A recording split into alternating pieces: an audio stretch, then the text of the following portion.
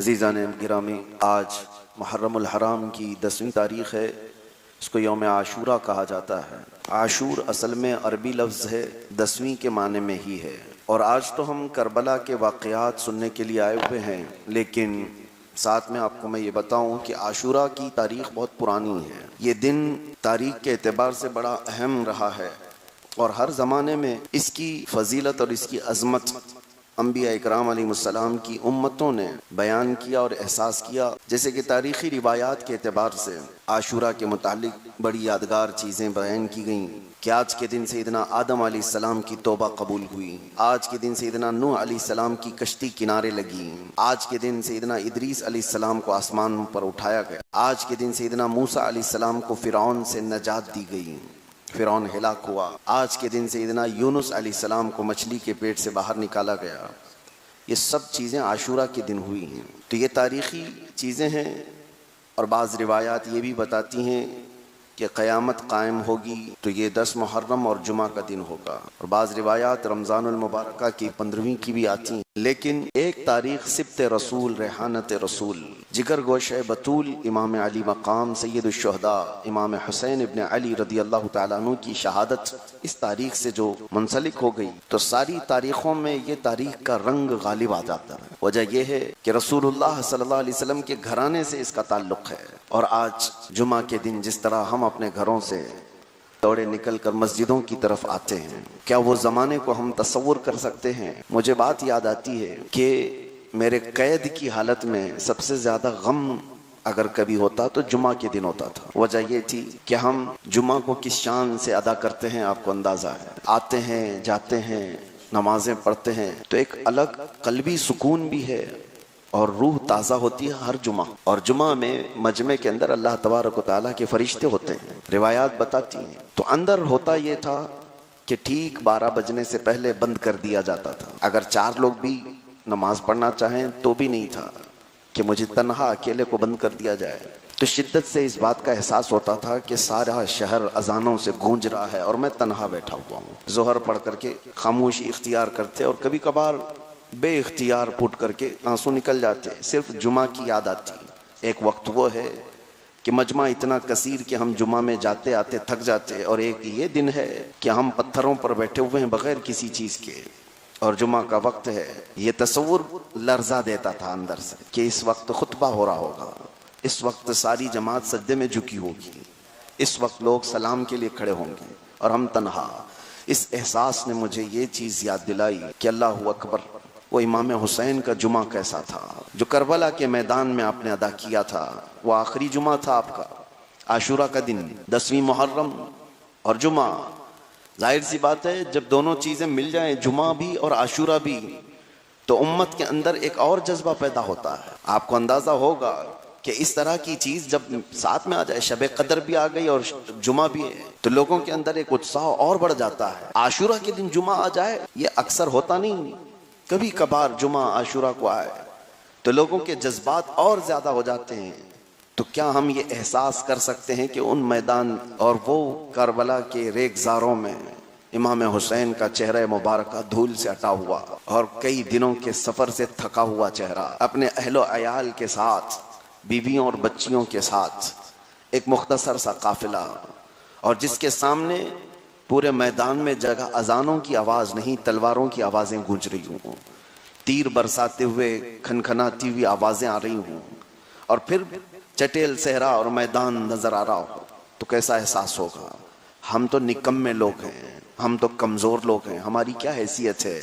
उस हुसैन आज़म का मकाम तो ये है कि हर ख़तीब जुमा में उनका तज़किरा किया करता है, बग़ैर उन पर दुरूद भेजे किसी की नमाज भी नहीं है। हाँ, हर नमाज में आप बारगाह मुस्तफ़ा सल्लल्लाहु अलैहि वसल्लम में जब दरूद भेजते हैं तो हुजूर की आल पर भी दरूद भेजना ज़रूरी है। सिर्फ सरकार सल्लल्लाहु अलैहि वसल्लम पर दरूद हम नहीं भेजते। अल्लाहुम्मा सल्लि अला सय्यिदिना मुहम्मद व अला आलि सय्यिदिना मुहम्मद। हुजूर की आल पर दरूद भेजे बगैर दरूद भी कंप्लीट नहीं है। हर नमाज में खुतबा भी उस वक्त तक मुकम्मल नहीं जुमा का जब तक हुजूर पर और हुजूर की आल पर दरूद ना भेजे। सारी दुनिया हुजूर की आल पर दुरूद भेज रही है। मुझे बताओ, उस वक्त रसूल की आल में हुसैन आजम से बढ़कर कौन था, उस शहजादे से बढ़कर के कौन था। वो रसूल करीम सल्लल्लाहु तआला अलैहि वसल्लम की उन निशानियों में आखिरी चिराग थे जिनको मेरे आका ने चूमा था, बोसा लिया था। वो शहजादों में आखिरी थे। और उस वक्त ये उम्मत के हालात कैसे थे, बुरा हो लालच का, बुरा हो तख्त सियासत का, बुरा हो इन हुकूमतों के अय्याशों का। जिस किसी के अंदर ये चीजें आ जाती हैं उसको अंधा कर देती हैं। दुनियावी हिर्स और दुनियावी लालच से लोगों के तकवे को भस्म कर देती हैं। इमाम हुसैन के मुकाबले में जो लोग आए थे वो कुफ्फार और मुशरिकीन नहीं थे कि जिस तरह बद्र के मैदान में मुशरिकीन आए थे, उहद के मैदान में मुशरिकीन आए थे, खंदक में, खैबर में यहूदी आए हुए थे। यहाँ करबला में ऐसा नहीं था। करबला में मुशरिकीन, कुफ्फार, यहूदी, ईसाई नहीं आए थे, बल्कि यहाँ आए हुए वही मुसलमान ही थे। इनकी तमा क्या थी, इनकी लालच क्या थी, सिर्फ और सिर्फ वक्ती हुकूमत जो कायम है उसका साथ देने की ख्वाहिश। आज भी बहुत सारे लोग हैं इसी मकसद के साथ कि वहाँ से हमें कुछ मिल जाएगा। तो ये मुसलमानों की मुखबिरी नहीं करते, आज अपनी कौम की दलाली नहीं करते। हर ज़माने में इस तरह के गद्दार और मुनाफिक पाए जाते हैं। इमाम हुसैन का मुकाबला ऐसी गद्दारों से था, मुशरिकीन से नहीं था। और आदमी को तकलीफ उस वक्त ज्यादा होती है जब अपने उसके सामने खड़े हो जाते हैं, जब अपनी जमात के लोग उससे लड़ने के लिए खड़े हो जाते हैं। हमें भी दर्द उसी वक्त होता है। हम तो शौक से लड़ लें कुत्तों से, हम तो शौक से इनसे भिड़ जाएं जो अल्लाह और रसूल के दुश्मन हैं। लेकिन हमारी सफ़ों में खड़े होने वाले जब हमारे खिलाफ खड़े नजर आते हैं तो तकलीफ अलग होती है, एहसास अलग होता है।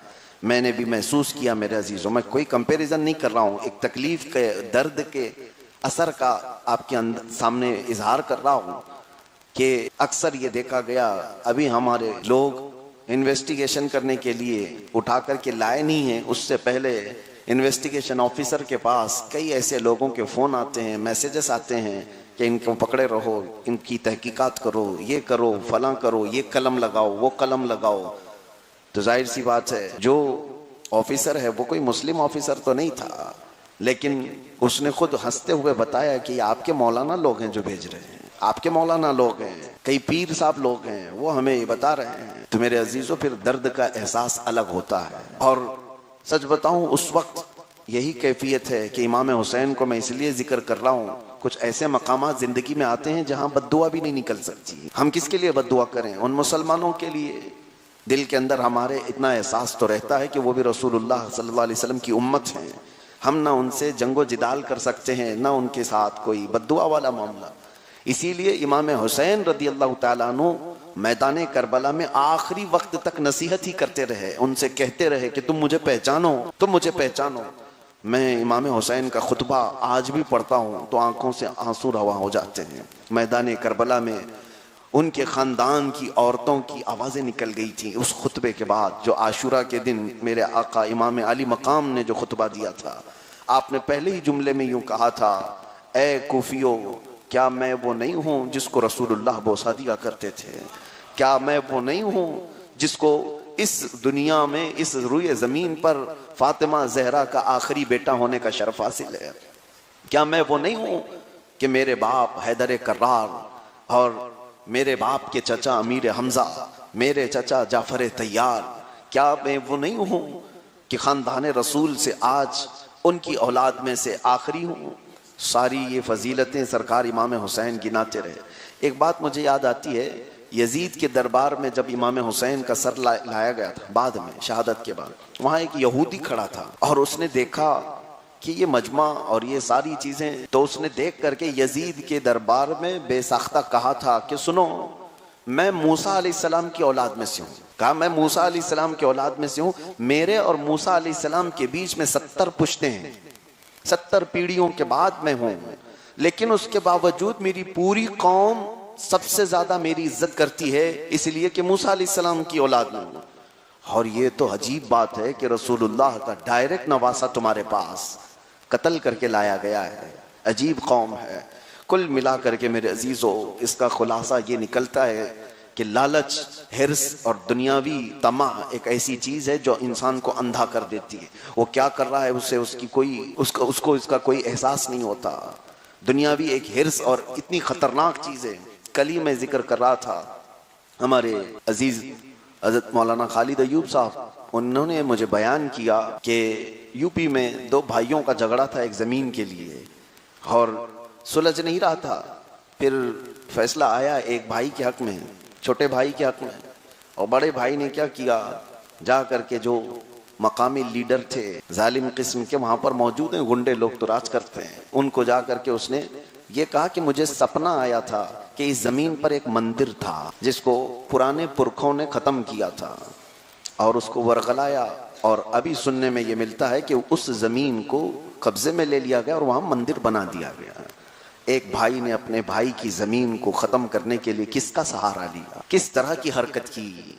इसीलिए मैं कहता हूँ जब हिर्स और दुनिया की तमा आती है तो आदमी अंधा हो जाता है, वो क्या कर रहा है उसे खबर ही नहीं है, किसके पास जा रहा है उसे खबर ही नहीं है। आप हमेशा इस बात का लिहाज रखें, हुसैनी हो तो आप डटकर मुकाबला करेंगे और अपनी जीत के लिए कभी जालिम कुत्तों की मदद नहीं लेंगे। आप अगर जवां मर्द हैं तो मुकाबला करें, लेकिन ये सूरत कभी आने न दें कि जालिमों की मदद की तुम्हें ज़रूरत पेश आए। एक बात मेरे अहबाब और मेरे बच्चों से मैं हमेशा कहता था कि बहुत सारे ये दौड़ भाग करते थे कि आप अंदर हैं, कैद में हैं, बाहर आ जाएं, जल्दी आ जाएं। मेरे बिरादर गिरामी वो भी आए थे, तब मैंने कहा था एक दुआ हमेशा ये भी करता हूँ कि आप लोग कोशिश जो भी कर रहे हैं करते रहें, लेकिन मेरी इतनी तमन्ना है अल्लाह की बारगाह में कि मौला मैं इस जुल्म से आज़ाद हो तो कभी किसी जालिम काफिर की मदद लेने की नौबत ना आए, ताकि हमारे सर पर जिंदगी भर का किसी ऐसे का एहसान ना हो और आपको ऐसों के सामने जाकर के झुकने की ज़रूरत ना हो।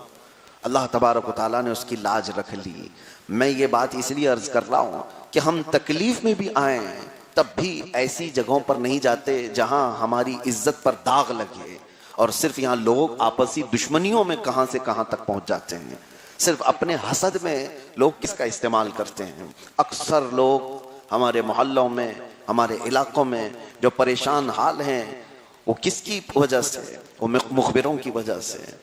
वो लोगों को, डिपार्टमेंट को हमारी खबरें देने वाले कोई और लोग नहीं हैं। हर इलाके में आज टिप्पर लोग घूम रहे हैं, 500 रुपये के लिए अपना ज़मीर बेचते हैं, चंद टकों के लिए अपना ईमान बेचते हैं, और इनको ये लगता है कि मैं फला ऑफिसर से बहुत करीब हूँ। कोई करीब नहीं, थोड़े दिन की बात हो कि तुम पर भी वो हाथ डालेंगे, तुम खुद भी जाओगे। बहरहाल इमाम हुसैन इमाम आली मकाम के आखिरी उस सफ़र पाक के बारे में आज अर्ज़ करता हूँ कि हुआ ये था कि मक्का मुकर्रमा में सरकार सैयदना इमाम आली मकाम जलवा फिगन थे और हालात इस तरह के चल रहे थे कि जगह यजीद अपने ज़ोर और ज़बरदस्ती के साथ लोगों से बैत ले रहा था। हमारी हुकूमत को मानो नहीं तो मार दिए जाओ। हाँ, डेमोक्रेसी नहीं है। और ऐसे कि किसी को पैसे की लालच दे दें या तो फिर अंदर डालने की धमकी दे दें, जो आज तक चला आ रहा है। मानो हमें, नहीं तो फिर आपको अंदर कर दिया जाएगा। तो ये यजीदी दौर हर जमाने में दिखाता है, लेकिन वो ज्यादा चलता नहीं है।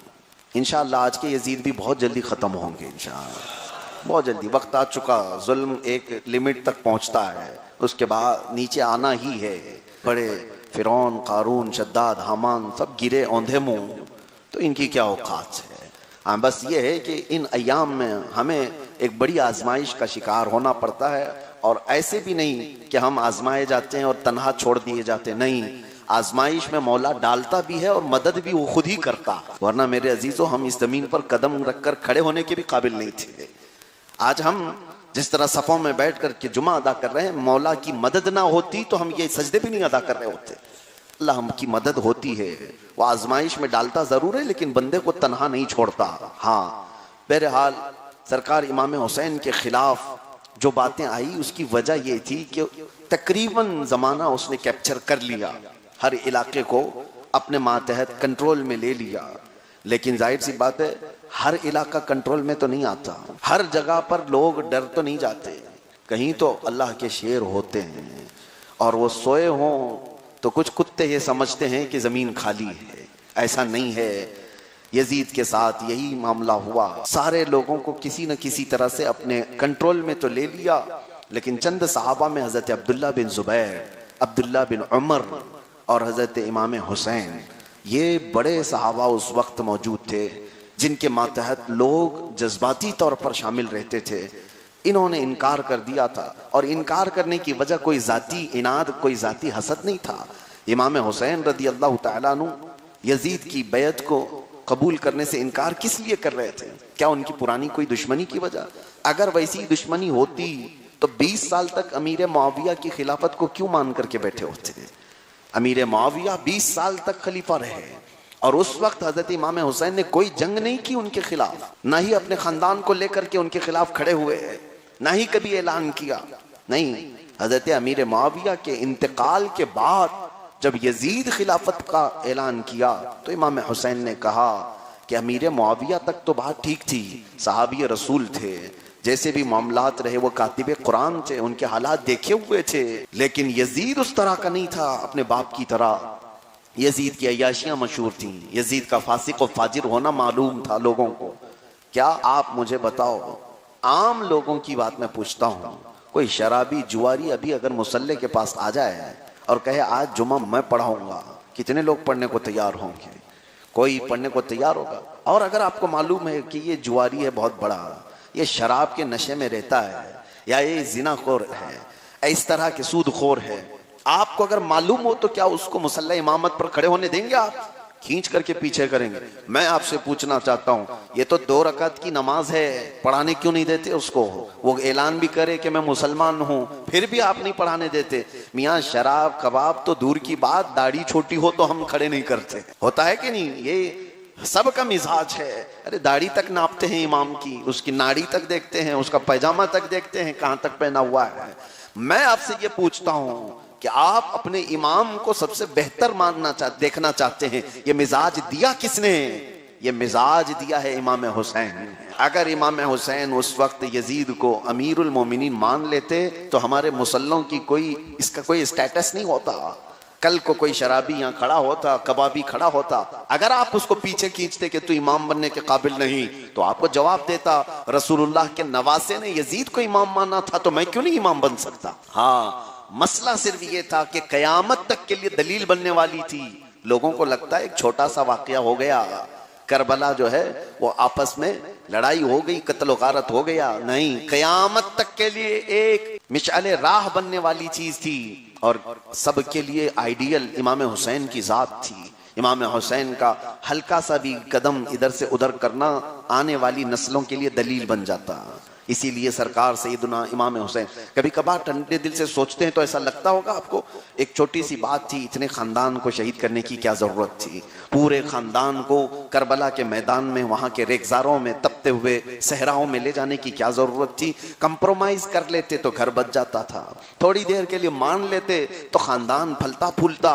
ये तुम्हारी सोचें हैं, तुम्हारे साथ ऐसा हो तो कंप्रोमाइज कर लोगे कि खानदान बचा ले। इमाम हुसैन के हाँ ये फिक्र थी, थोड़ी देर के लिए खानदान तो बच जाएगा, रसूलुल्लाह का दीन लुट जाएगा। हाँ, इमाम हुसैन के सामने ये नजर थी कि फिर खानदान बचाएं कि दीन मुस्तफा बचाएं।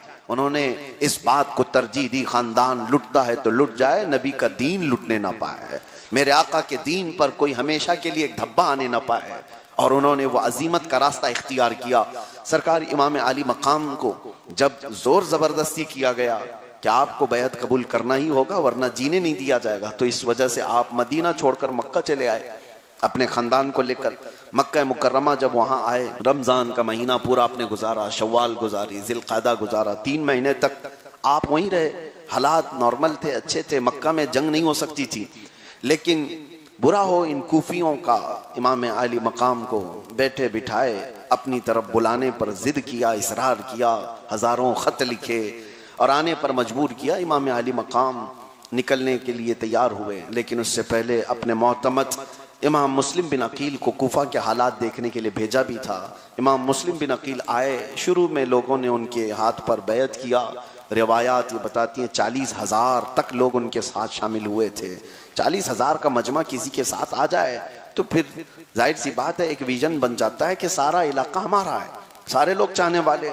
आपने खत भी लिख दिया इमाम हुसैन को कि हालात सब अच्छे हैं, आप तशरीफ लाएं, सबों ने मेरे हाथ में आपके नाम पर बैत की है, आप तशरीफ लाएं। इमाम हुसैन की बारगाह में खत तो पहुंचा, लेकिन अचानक कूफा के हालात बदले। उबैदुल्लाह बिन जियाद नाम के सख्त जालिम किस्म के गवर्नर को यजीद ने कूफा का गवर्नर बनाकर भेजा। वो पहले बसरा का गवर्नर था, वहां से उसको यहाँ की हुकूमत दी गई। जैसे होता है अपना आदमी बिठाना है ताकि सबके ऊपर दबाव बनाए।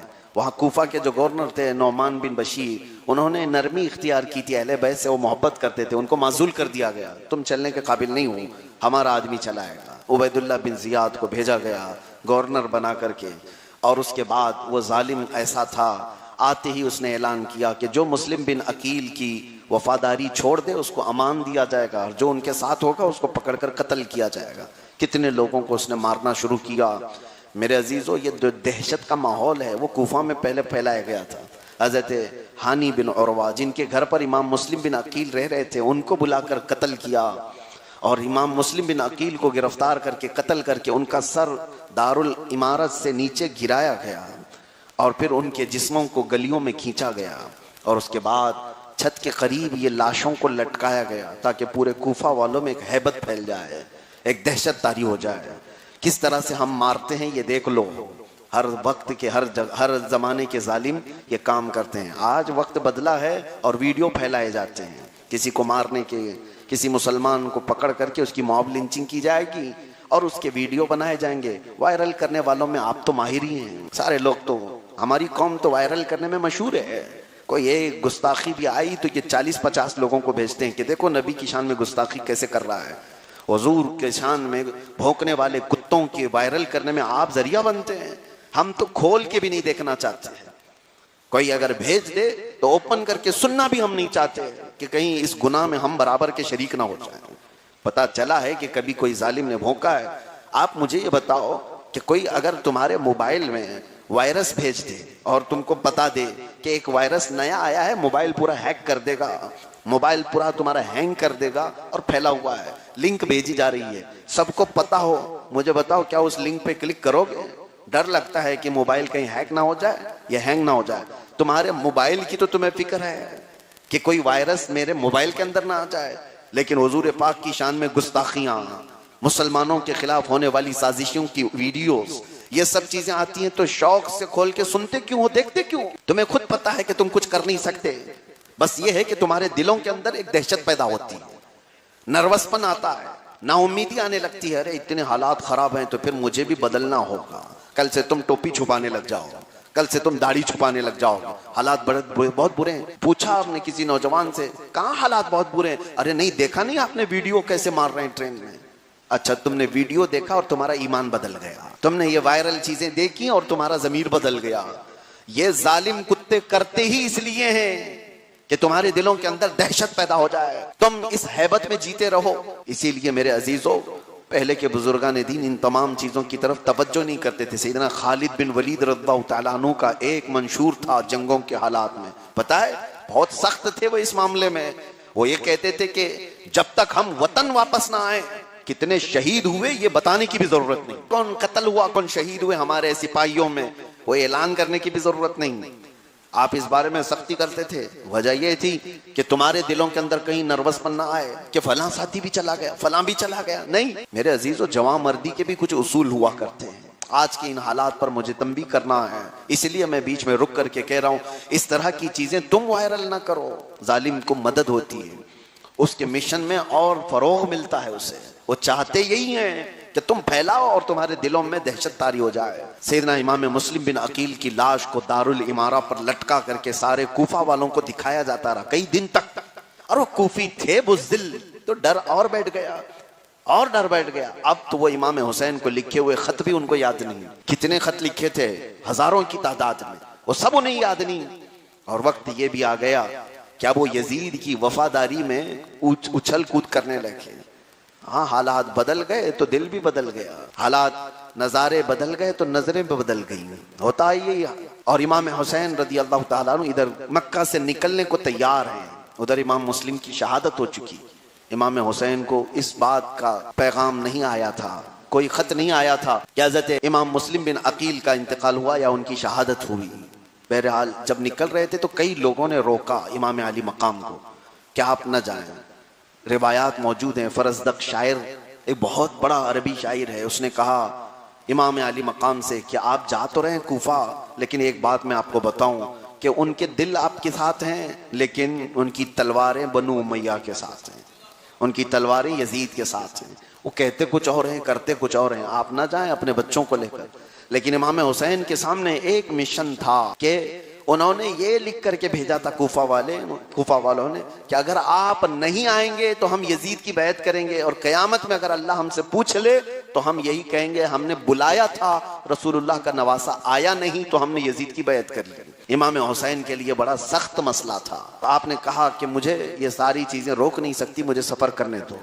आगे बढ़ते हुए हजरत अब्दुल्ला बिन जाफर जो हजरत ज़ैनब के शोहर हैं, उन्होंने अपने 2 बच्चों को खत दे करके, बल्कि बाद में खुद आए बीच सफर में और कहा कि मैं अल्लाह का वास्ता देता हूं आप वापस चले आए, ये सफर आपके लिए मुनासिब नहीं है।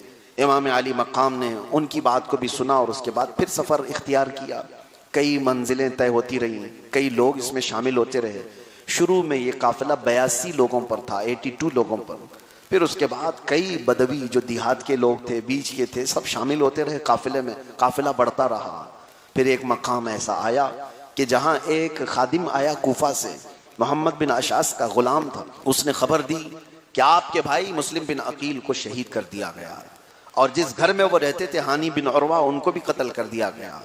तो जैसे ही ये खबर आई तो इमाम हुसैन उस वक्त सोचने लग गए, तरद्दुद के शिकार हुए, क्या अब किया जाए। मेरे मोतमद, मेरे वकील खास को ही उन्होंने मार दिया, तो इसका मतलब है हालात बदल गए हैं। अब इमाम हुसैन रदी अल्लाह तआला अन्हु ने अपने काफिले में जितने लोग शरीक थे सबको मुखातिब करके फरमाया कि अब जो यहाँ से जाना चाहता है वो वापस चला जाए। और हम भी अब इरादा करते हैं। इसी असना में इमाम मुस्लिम बिन अकील के जो भाई थे काफिले में, उन्होंने कहा हमारे भाई का दर्दनाक अंदाज में कत्ल हुआ है, अब तो वापस जाने का सवाल नहीं होता। इमाम अली मकाम से उन्होंने कहा हम तो उसका इंतकाम लेंगे, किसास लेंगे, हमारे भाई को बिना किसी वजह के उन्होंने कत्ल किया है। तो इमाम हुसैन के सामने अब दूसरा मसला था कि जा तो सकते थे वापस, लेकिन अब हमारे भाई को कत्ल किया गया है, तो क्या उनके कत्ल को छोड़ करके वैसे ही चला जाए। और उनके भाइयों के भी काफिले में शिरकत इमाम हुसैन को पता थी।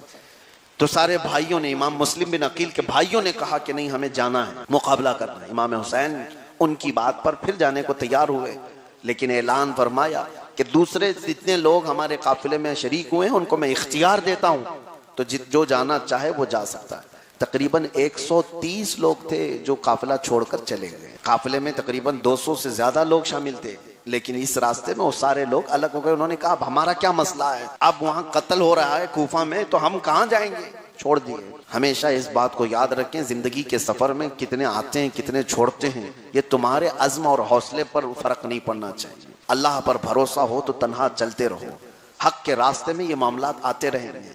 कितने नए दोस्त बनते हैं और कितने अच्छे दोस्त छोड़ के जाते हैं, कितने हमारे अजीजों का इंतकाल होता है और बहुत सारी चीजें, हमारा मिशन हिल जाता है।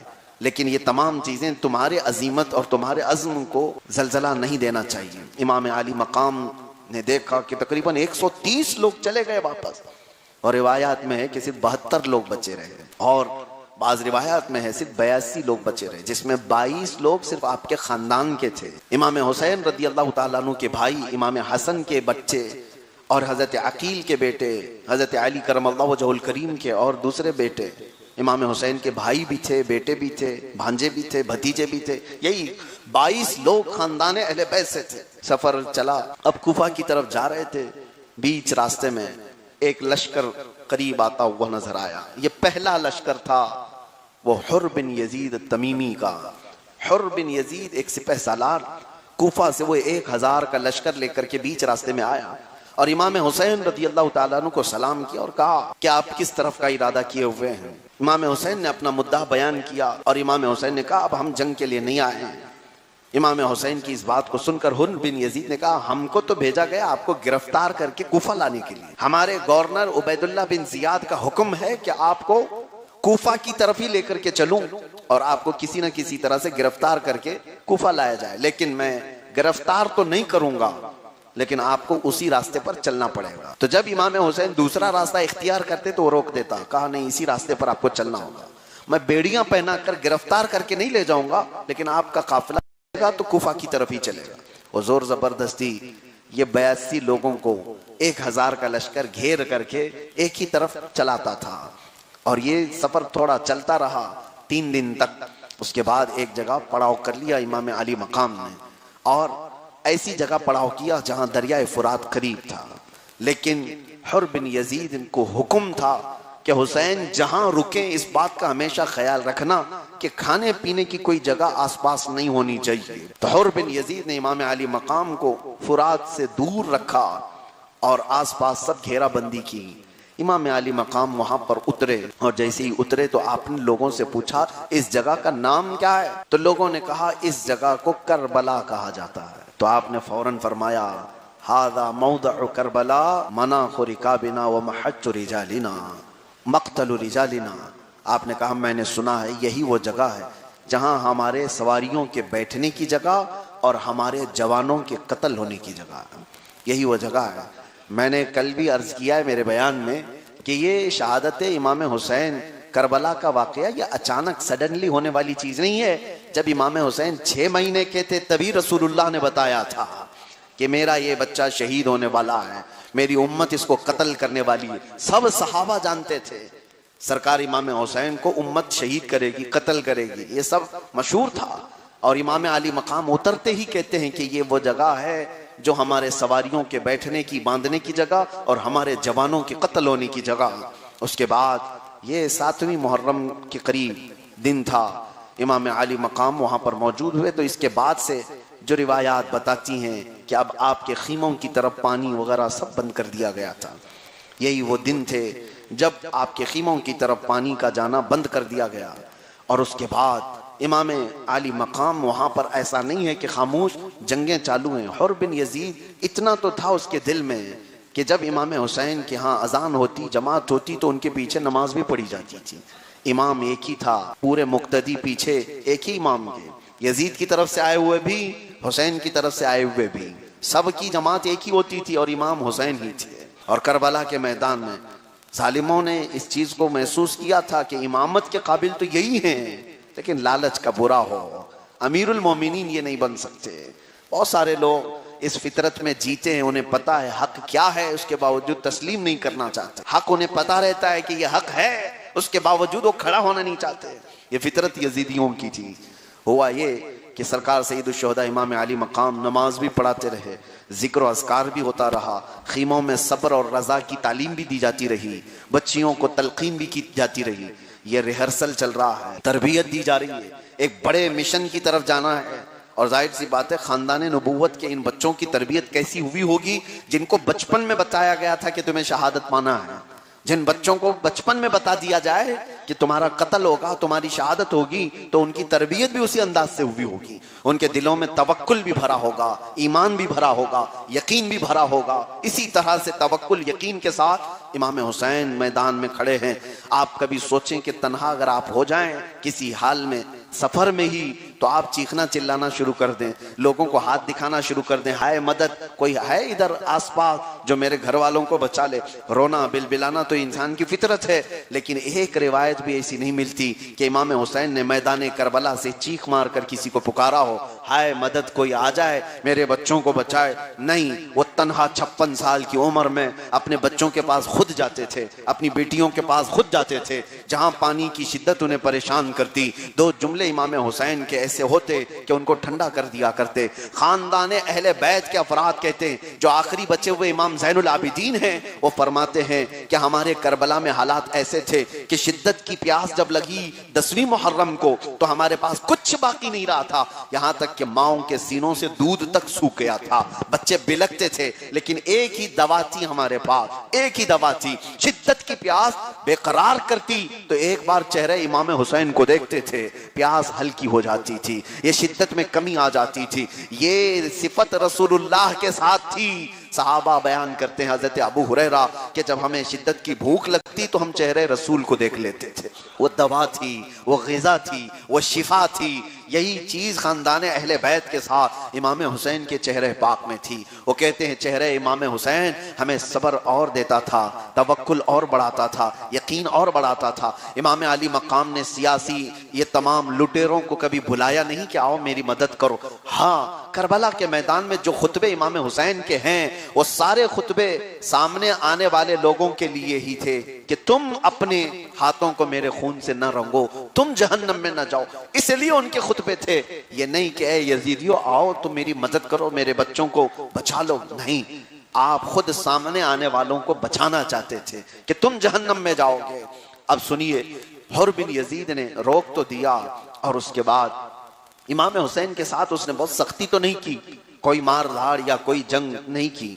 3 दिन गुजर गए तो सुना, 2 दिन गुजर गए तो उबैदुल्लाह बिन जियाद को किसी ने खबर दी कि हुर बिन यजीद हुसैन इब्न अली को कूफा की तरफ ला नहीं रहा है, एक ही जगह पर रुका दिया है और ना उनको पकड़ता है ना उनको गिरफ्तार करता है। तो ये बात सुन करके उबैदुल्लाह बिन जियाद ने अम्र बिन साद एक शख्स को बुलाया और उससे कहा 4000 का लश्कर दे करके भेजा, करबला जाओ। अम्र बिन साद कौन है जानते हो? ये करबला के मैदान में 4000 का लश्कर लेकर के आने वाला कौन है? अशरे मुबश्शरा में से मौजूद सहाबी रसूल साद इब्न अबी वक्कास का बेटा है। बाप इस मकाम पर है, अल्लाह अकबर। और मकाम बताऊं, साद इब्न अबी वक्कास का मकाम, साद इब्न अबी वक्कास का मकाम जानते हो?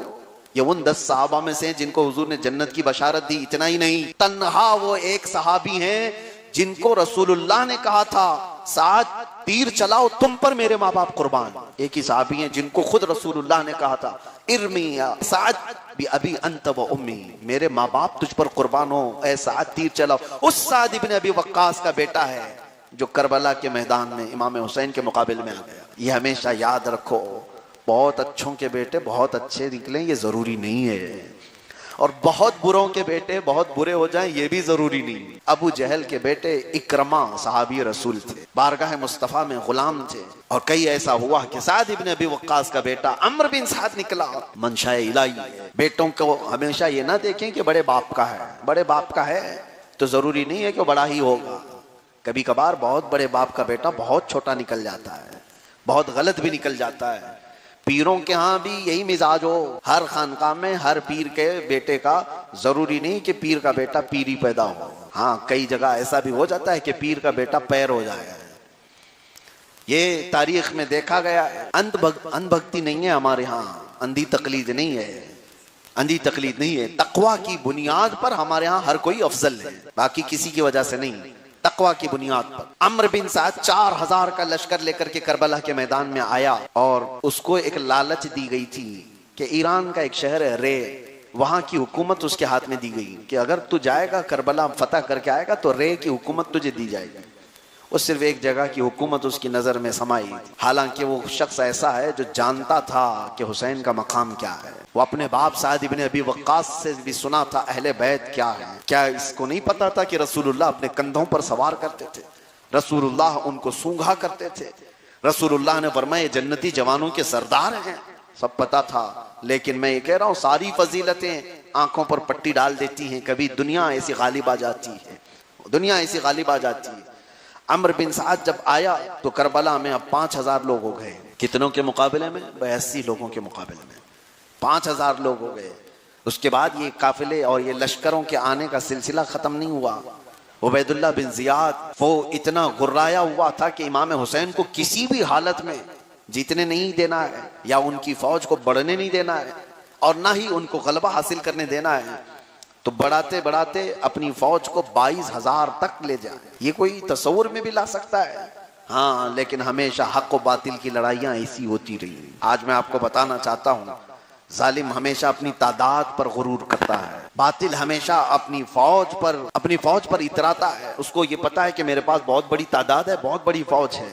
और यही हुआ कि करबला के मैदान में सिर्फ 72 लोगों को या 82 लोगों को घेरने के लिए 1000 भेजे थे, वो भी बहुत थे, 4000 भेजे, वो भी बहुत थे, उसके बाद तकरीबन 15-16 हजार और भेजे। ये कितनी बड़ी तादाद हो गई।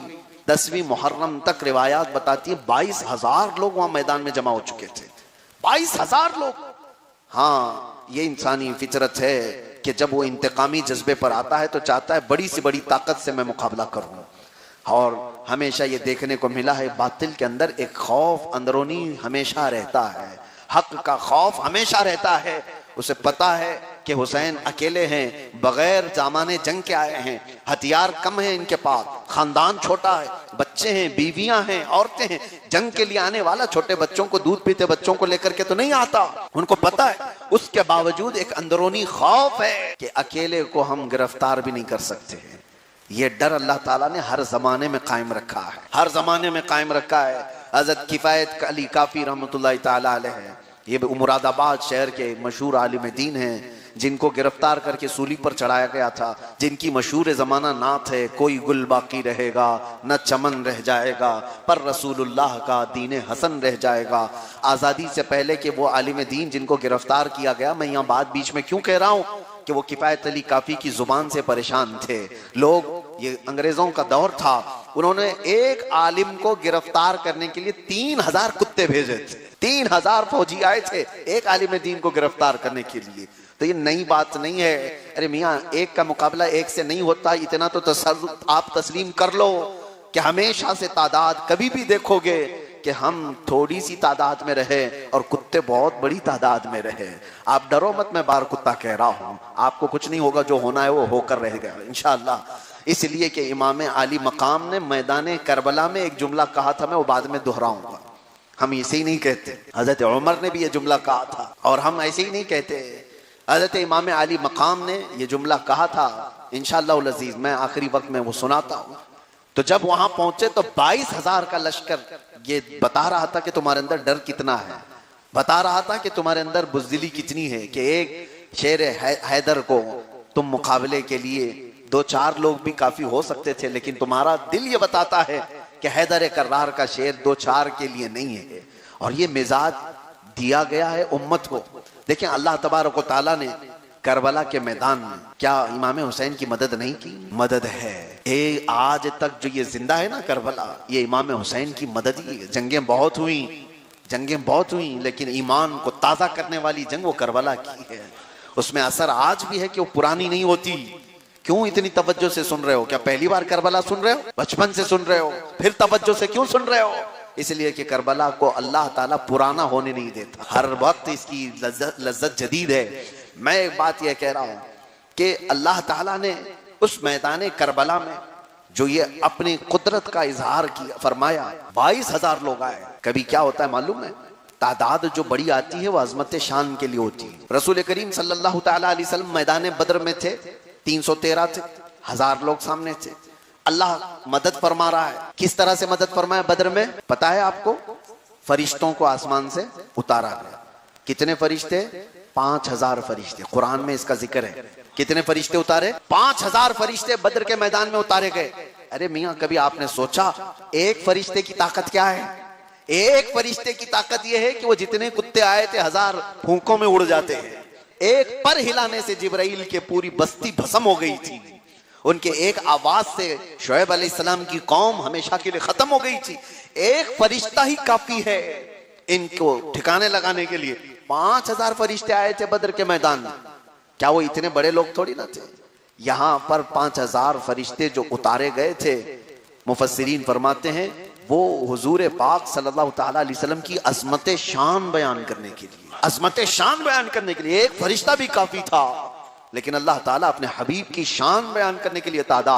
और कभी कभार क्या होता है मेरे अजीजों, यही करबला के मैदान में हम देखते हैं, वो जालिम चाहते तो बराबर के मुकाबले में आते, लेकिन गैर इख्तियारी तौर पर वो 82 के मुकाबले में 200 नहीं आए, 82 के मुकाबले में 300 नहीं आए, 82 के मुकाबले में 400-500 या 1000 नहीं आए। सीधे उन्होंने तादाद 22,000 की बना दी, क्योंकि एक मिजाज दुनिया को ये देना था कि हुसैन वाले जब भी हों उनसे मुकाबला अकेले में नहीं होगा, 22,000 कुत्तों को लाना पड़ेगा, तब जाकर के शेर को घेरे में लिया जा सकता है। और लिया भी जाएगा, लेकिन एक जुमला याद रखें, हुसैन आजम के वफादारों को गिरा तो सकते हो, मिटा कभी नहीं सकते। 22,000 का 22 लाख लेकर के आओ, गिरा तो सकते हो मैदान में, लेकिन मिटा नहीं सकते।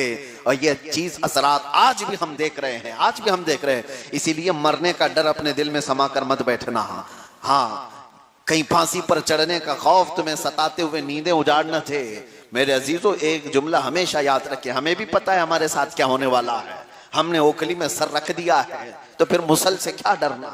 हमें पता है इस दुनिया में मरने के लिए ही आए हैं, कोई भी करोड़ों साल जीने के लिए नहीं आया है। सबको पता है किसी हॉस्पिटल में मरेंगे या घर के बिस्तर पर पांव रगड़ कर मरेंगे। जब पता है ही दुनिया से जाना है तो अल्लाह के कलमे को बुलंद करके क्यों ना जाएं, अजमत मुस्तफ़ा को बयान करके क्यों ना जाएं। क्योंकि जाने के वक्त ये शर्मिंदगी तो ना हो कि थोड़ा वक्त मिल गया होता, हुजूर की मोहब्बत सिखा करके गया होता। मरने के वक्त ये एहसास तो ना हो कि मैं कलमा भी बुलंद आवाज से पढ़ ना सका। मरने के वक्त ये एहसास भी ना हो किसी कुत्ते के मुकाबले में मैं खड़ा भी ना हो सका। इसलिए जब तक जुबान चल रही है, गंग होने से पहले, बीमारियां आने से पहले, हम तो ये चाहते हैं जो कह सके वो कह दें, मरने के वक्त शर्मिंदगी तो ना हो। इसलिए कि मरे यजीद भी हैं, मरे अबू जहल भी, मरा अबू जहल भी, अबू लहब भी, लेकिन शर्मिंदगी के साथ गए हैं, अपने आप को रुस्वा होते हुए देख करके गए हैं। लेकिन मौला हुसैन का एक भी शहजादा शर्मिंदगी से मौत नहीं मरा। कोई शहीद ऐसा नहीं हुआ कि सर झुका करके गया हो, बल्कि आपको करबला के मैदान में मैं अब सुनाता हूं 10वीं मुहर्रम को उन शहजादों ने किस तरह के जौहर पेश किए हैं। अल्लाह उनकी तलवारों की झनक खनक को हजारों सलाम, उनके चेहरों की चमक को करोड़ों सलाम, उनके घोड़ों पर बैठने की अदाओं को हजारों सलाम, उनके लिबास को संभालने की अदाओं को सलाम, उनके गुर्राने की अदाओं को सलाम। करबला के मैदान में ऐसे नहीं कि सर झुकाए आते थे, डरे दुबके आते थे या भीख मांगते थे कि छोड़ दो, हमें जाने दो, रास्ता दे दो, हम इतना पैसा दे देंगे, उतना पैसा दे देंगे, कंप्रोमाइज कर लो। कंप्रोमाइज का लफ्ज तो वहां की डिक्शनरी में था ही नहीं। अगर होता तो इतने दिन तक भूखे और प्यासे नहीं रहते, पहले ही दिन कंप्रोमाइज करके मक्का से ही अमन के साथ रह जाते। मौला इमाम हुसैन ये 7, 8, 9 यहाँ करबला में गुजारते रहे। रोजे से होंगे आप लोग, आशूरा का दिन है और आपको पता है दोपहर होते ही हलक के अंदर किस तरह की सख्ती आ जाती है, कांटे चुभने लग जाते हैं, शाम तक की प्यास बर्दाश्त नहीं हो पाती, नाश्ता ना करे तो आदमी का जिस्म हल्का होने लगता है। उन शहजादों की कुव्वत हैदरी को देखो, जिनको पानी बंद कर दिया गया, खाने का कहां से। 3 जिलहिज्जा को ये मैदान, ये काफिला मक्का से निकला था 3 जिलहिज्जा को और पहुंचा है मुहर्रम की 3 को। 1 महीने का सफर किया है, पैदल सफर किया हुआ काफिला है, पैदल सफर किया हुआ काफिला है। मेरे अजीजों किस तरह से वहां पहुंचे थे और उसके बाद पानी बंद और खाने की चीजें बंद। उस वक्त एक चीज ये भी मैं आपको बताऊं, आज आपको क्या ये सिमिलरिटी नहीं दिखती कि जब भी ये जालिम किसी से लड़ना चाहते हैं तो इकोनॉमिक पाबंदी पहले लगाते हैं, सैंक्शन पहले लगाते हैं। 10 साल पहले ही बैन करो, इराक को भी यही किया गया था, क्योंकि डायरेक्ट लड़ना नहीं है अमेरिका को, पहले सैंक्शंस लगाओ। इनके पास खाना पानी सब नहीं आएगा, सारी कंट्री तिजारत नहीं कर सकती, इनका तेल दूसरी जगह नहीं बेचा जाएगा, ये सारे सैंक्शन। यानी ये मिजाज यजीदियों का पहले से रहा है कि यानी हक जमात को डायरेक्ट नहीं मार सकते, भूखा रखो पहले, प्यासा रखो पहले, इनके बच्चों को तड़पाओ पहले, बाद में। अरे जवां मर्दी होती, जवां मर्दी तुम्हारे पास होती तो इन शेरों का शिकम सैरी में मुकाबला तो करके देखते। जब ये पेट भरे हो उस वक्त तुम मुकाबला तो करके देखते। आज भी दुनिया जो लड़ती है निहत्ता करके लड़ती है, उसको सब चीजों से बिल्कुल आरी करके लड़ती है। ये मिजाज यजीदियों का पहले से। इमाम हुसैन पर पाबंदी लगाई गई, खाने पीने की चीजें, जिस्म तो निढाल हो सकते हैं। 10वीं मुहर्रम का दिन आया, आशूरा का दिन था। उस वक्त मेरे अजीजों हालात ये बने कि 22,000 का लश्कर खड़ा है। ये इमाम अली मकाम का आखिरी खुतबा था। आपने उन लोगों को मुखातब करके फिर कहा, ऐ लोगों मेरे हक को पहचानो, मैं फातिमा जहरा का बेटा, हैदर कर्रार का नूर नजर, रसूलुल्लाह का वो सिफ्त, वो नवासा जो उनके कंधों पर सवारी किया। मेरे नाना ने मेरे मुतालिक क्या कहा वो तुम सबको खबर है, हदीसें तुमने भी सुनी हैं। क्या आज मेरा खून तुम्हारे लिए हलाल हो गया? फिर 2 थैले खतों के निकाल करके आपने सामने रखे, कहा क्या ये खत तुम लोगों के भेजे हुए नहीं है? फलां बिन फलां का नाम है, मोहर के साथ है, ये कूफियों के सरदार लोग हैं, फलां कबीले का सरदार, कहाँ है वो? क्या ये तुम्हारे लिखे हुए खत नहीं है? क्या तुम लोगों ने अल्लाह रसूल का वास्ता दे करके मुझे नहीं बुलाया है? कूफियों के सामने ये आखिरी खुतबा इमाम हुसैन का दिल दहला देने वाला था, लेकिन उन जालिमों पर उसका कुछ असर नहीं हुआ। उसके बाद इमाम अली मकाम ने जैसी ये कहा, ये एक रात पहले का खुतबा था गालिबन, आपने वो थैले वगैरह सब रखे, तो उस वक्त इमाम अली मकाम ने एक जुमला कहा कि अब तुम खुद कबूल कर लो कि जन्नत में जाना है या जहन्नम में जाना है। हुर बिन यजीद वो तन्हा शख्स है जो 1000 का लश्कर लेकर के पहले ही आया था रास्ता रोकने के लिए।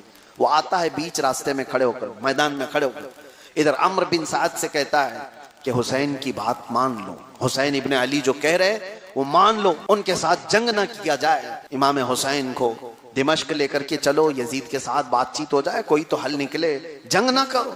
अम्र बिन साद ने गुर्राया कहा, हुर बिन यजीद, तुझे तो वो इमाम हुसैन को गिरफ्तार करने भेजा गया था, उनकी तरफदारी करने के लिए नहीं, तो उनकी हिमायत में बात कर रहा है। तो हुर बिन यजीद जो 1000 सिपाहियों का सिपाही सालार था, बीच मैदान में खड़े होकर उसने कहा, अम्र बिन साद, जितने लोग तुम लोग आए हो कान खोल कर सुन लो, ये सिर्फ जंग का मामला नहीं है, ये जन्नत और दोज़ख का मामला है।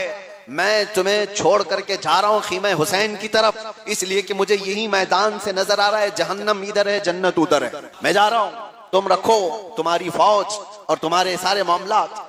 और हुर बिन यजीद एक रात पहले इमाम हुसैन के खीमे में आ गए और इमाम हुसैन की बारगाह में आ करके कदमों में गिर कर कहा कि मौला मुझे माफ फरमाए, मैंने आपका रास्ता रोका, मैंने आपको यहाँ उतरने पर मजबूर किया, मैंने आपको काफिले से रोका, आज अल्लाह ने मुझे हिदायत दी, मुझे अपने गुलामों में शामिल फरमा। वो सखी घराना ऐसा था कि कभी किसी को अनदेखा नहीं किया, मुकाबिल में आने वाले को भी सीने से लगाया। हुर बिन यजीद का पुरतकबा खैर मकदम हुआ। उसके बाद हुर बिन यजीद ने कहा, उस वक्त तक मैं घोड़े से नहीं उतरूंगा जब तक मैं अपनी जान न दे दूं। इसका कफ़ारा यही है। इमाम अली मकाम ने कहा कि आ जाओ। हुर बिन यजीद ने कहा कि नहीं, मैं उस वक्त तक घोड़े की पीठ से नहीं उतरूंगा जब तक मेरे जिस्म के अंदर खून का आखिरी कतरा बाकी है और आपके साथ जंग हो रही हो। तो ये मैदान करबला के मामलात में पहले जाने वाला भी हुर बिन यजीद था। और तारीख ये बताती है, मैं यहाँ बताता हूँ, बहुत सारे लोग ये वाकयात तो बताते हैं कि इमाम हुसैन और उनके रुफ़क़ा और उनके साथियों को कैसे शहीद किया, किस तरह यजीदियों ने मारा, लेकिन कभी ये नहीं सुनते हुर बिन यजीद वो तन्हा शख्स है जिसने 200 यजीदियों को जहन्नम में पहुंचाया, 200 के करीब लोगों। क्या आप ये तस्वर कर सकते हैं कि एक आदमी 200 को मारेगा, 200 को मारेगा? हाँ, तुम्हारे यहाँ ये सब फिक्शन वाली फिल्मों में हो सकता होगा, यहाँ पर दिखाई जाने वाली झूठी फिल्मों में हो सकता होगा, मगर रसूलुल्लाह के घर वाले और उनके वफादारों को अल्लाह ताला गैबी ताकत अता फरमाता है। मैं एक बात हमेशा कहता हूँ, हुर बिन यजीद है कौन? कूफा का रहने वाला, आया कब? एक रात पहले, हुसैन के खीमे में एक रात पहले आने वाला, एक रात पहले कदमों में गिरने वाला। ताकत का हाल ये है कि 200 यजीदी मुकाबला करने के लिए तैयार नहीं, और उस वक्त 200 को मौत के घाट उतार दिया, फिर शहीद हुआ। लेकिन शहीद हुआ अपनी जगह पर, एक चीज छोड़ करके गया दुनिया में आने वाले इन सारे कच्चे बच्चों के लिए, एक रिवायत रकम करके गया। देख लो ए नौजवानों, एक रात के हुसैनी को अल्लाह ये ताकत अता करता है, तो बचपन के हुसैनी को क्यों नहीं ताकत अता करेगा? एक रात का हुसैनी है, एक रात पहले खीमा हुसैन में आया, तो फिर हुसैन के गोद में और हुसैन के खानदान में पलने वाले शहजादों का मुकाबला क्या कर सकते हो? निस्बत का ये असर है तो खानदान का असर क्या होगा? अजीजा ने गिरामी वक़ार, ये जंग की शुरुआत अम्र बिन साद ने की थी, वही सहाबी रसूल का बेटा, उसने पहला तीर चलाया था इमाम अली मकाम की तरफ, और लोगों से कहा भी था कि तुम गवाह रहना और जाकर के गवाही देना कि सबसे पहला तीर मैंने चलाया। बुरा हो उन जालिमों का कि बुराइयों में भी लोगों को गवाह बना रहे हैं, अपने जुल्म का भी गवाह बना रहे हैं। और उसके बाद ये जंग छिड़ गई। पहले जंगों का मामूल ऐसा था, एक के बाद दीगरे ही लड़ते थे, फौजों की फौजें गत्थम गत्था नहीं होती थी। इधर से शहसवार आते, उधर से भी पहलवान आते, इधर से कोई पहलवान आता, उधर से कोई पहलवान आता। मुकाबले इस तरह के होते, शुरू में ये जौहर दिखाए जाते। और इमाम हुसैन के साथ थे ही कितने लोग जो पूरी की पूरी फौज मिलकर लड़ते थे, 82 लोग। उनको भी अलग टुकड़ियों में इमाम हुसैन ने बांट करके रखा था, इस तौर पर कि मैमना दाएं जानिब का तुम्हारा, बाएं जानिब का तुम्हारा, सामने का हिस्सा तुम्हारा। इमाम अली मकाम इमाम हुसैन इब्न अली रदी अल्लाह तआला अन्हु जब खीमे में मौजूद थे तो वफादार जितने आपके थे, उन्होंने सब ने ये तय किया था, मैंने शुरू में ही बताया था, खानदान अहले बैत के कितने लोग थे इस काफिले में? 22 लोग। खानदान अहले बैत के कितने लोग थे?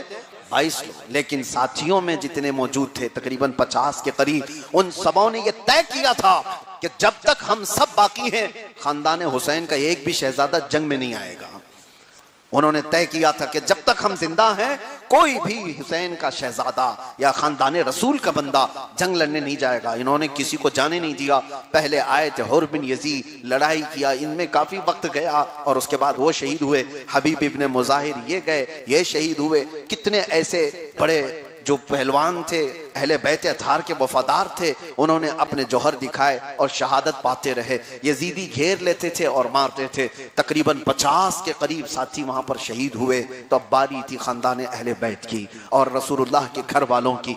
इस खानदान में पहले जाने वालों में अबू बकर इब्ने अली हैं, उमर इब्ने अली हैं, उस्मान इब्ने अली हैं। ये नाम आपको लग रहा होगा ये कहां से नामा है, इसलिए कि अक्सर खटमल इस बात को सुनाते भी नहीं है। जिनके दिलों में कोड़ है वो सुनाते भी नहीं है कि करबला के मैदान में अबू बकर भी हैं, उमर भी हैं, उस्मान भी हैं और ये तीनों हजरत अली के बेटे हैं। हाँ, हजरत अली के 3 बेटों के नाम अबू बकर इब्ने अली, उमर इब्ने अली, उस्मान इब्ने अली। लोगों को सिर्फ हुसैन इब्ने अली मालूम है, अब्बास इब्ने अली मालूम है। मेरे अजीजों, ये 3 नाम इसलिए नहीं बताए जाते कि कहीं उनको ये ना लगे कि हम तो अबू बकर से दुश्मनी करते हैं, उमर और उस्मान से दुश्मनी करते हैं, मौला अली ने बेटों के नाम कहां से रख दिए, इनसे सवाल होगा ना, इसलिए वो नाम भी छुपा दिए जाते हैं। नहीं, बल्कि करबला के मैदान में पहले शहीद होने वाले हजरत अली के ये शहजादे हैं। और सिर्फ इतना ही नहीं, इमाम हसन मुज्तबा के एक बेटे हैं, उनका नाम भी अबू बकर है। इमाम हसन के बेटे भी अबू बकर हैं और वो भी मैदान करबला में शहीद हुए हैं। तो अबू बकर मैदान करबला में हैं और यहाँ ये मुंह चिढ़ाते हैं अबू बकर के नाम आने पर, हजरत उमर का नाम आने पर। जरा करबला की तारीफ पढ़ करके तो देखो, मौला अली ने अपने बेटों के नाम इन तीनों खुलफा के नाम पर रखे क्यों थे? इसलिए कि मौला अली तुमसे ज्यादा अबू बकर उमर से मोहब्बत करते थे। मौला अली रजी अल्लाह तआला अन्हु उन तीनों खुलफा से मोहब्बत करते थे। और जब बंदा किसी से मोहब्बत करता है तभी तो अपने बेटों का नाम उनके नाम पर रखता है। हाँ, जब मोहब्बत ही ना हो तो अपने बेटों का नाम क्यों रखेगा? तो वहां पर यह शहादत हुई और उसके बाद खानदान रसूल के लोग एक के बाद दीगरे शहीद हो रहे थे। तो जो बड़ी शहादतें हैं जो तारीख का हिस्सा बनी, जिनको रिवायत किया गया, वह हजरत कासिम बिन हसन हैं। हजरत इमाम हसन के बड़े बेटे कासिम।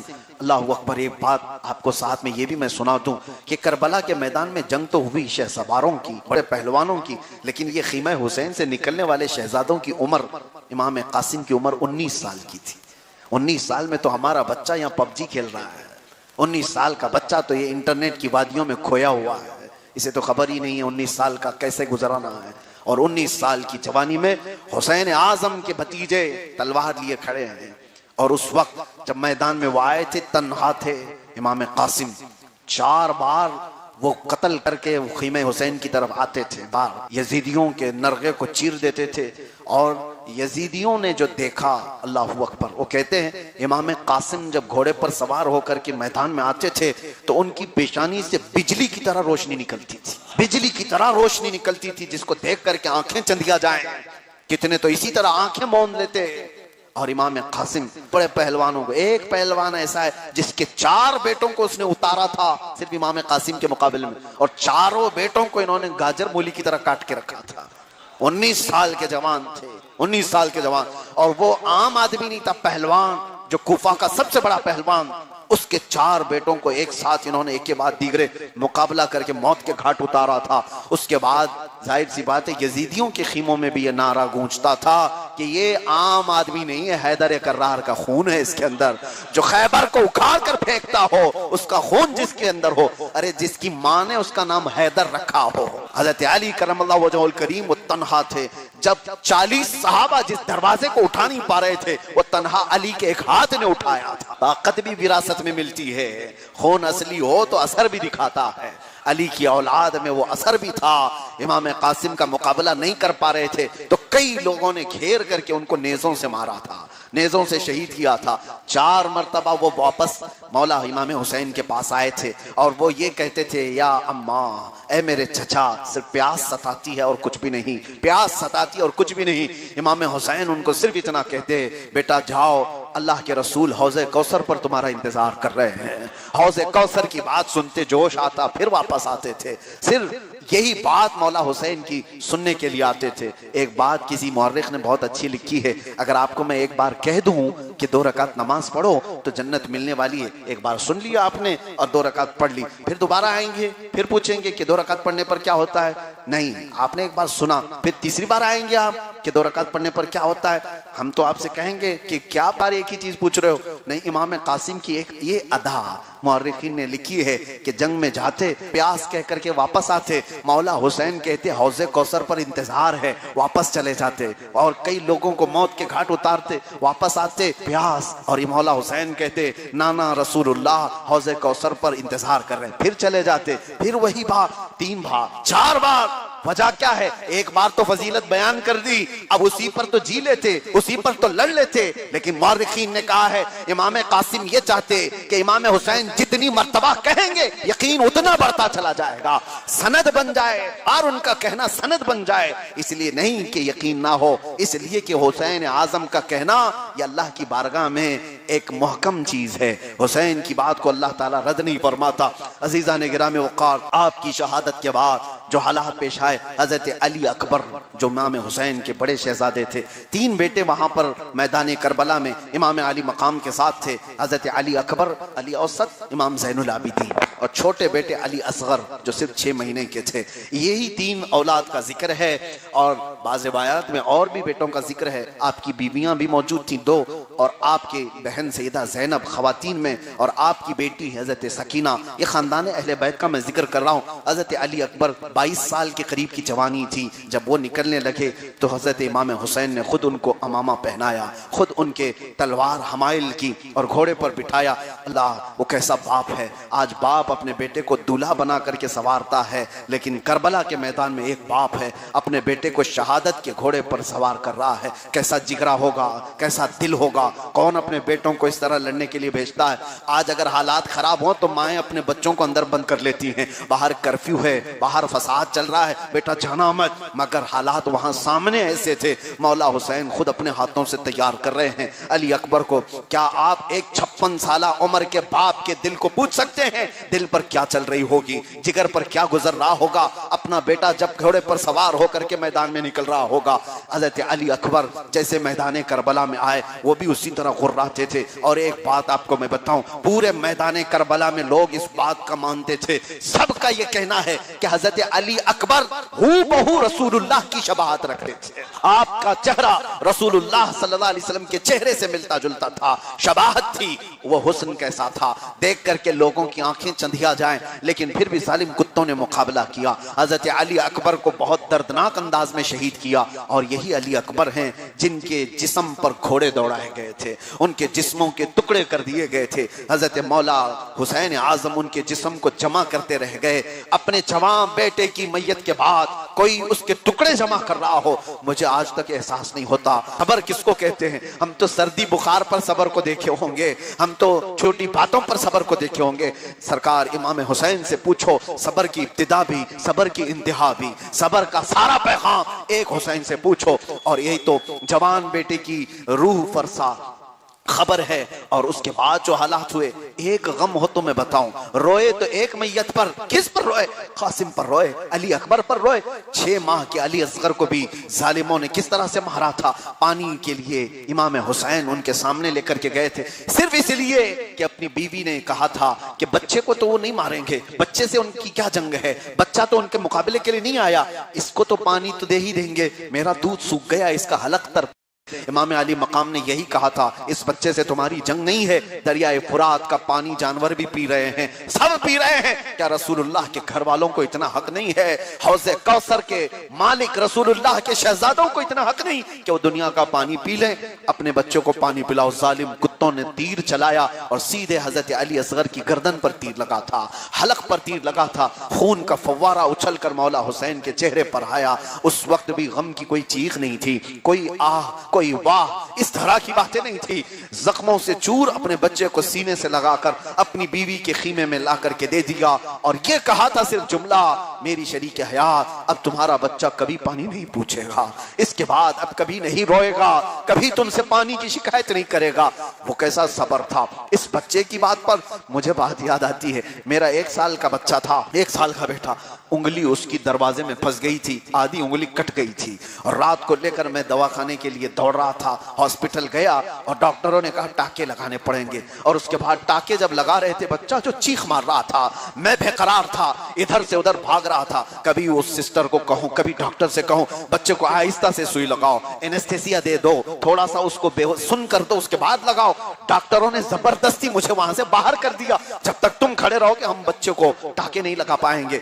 एक बाप का दर्द अंदाजा करो, उंगली पर आधा कट जाए हमें बर्दाश्त नहीं होता।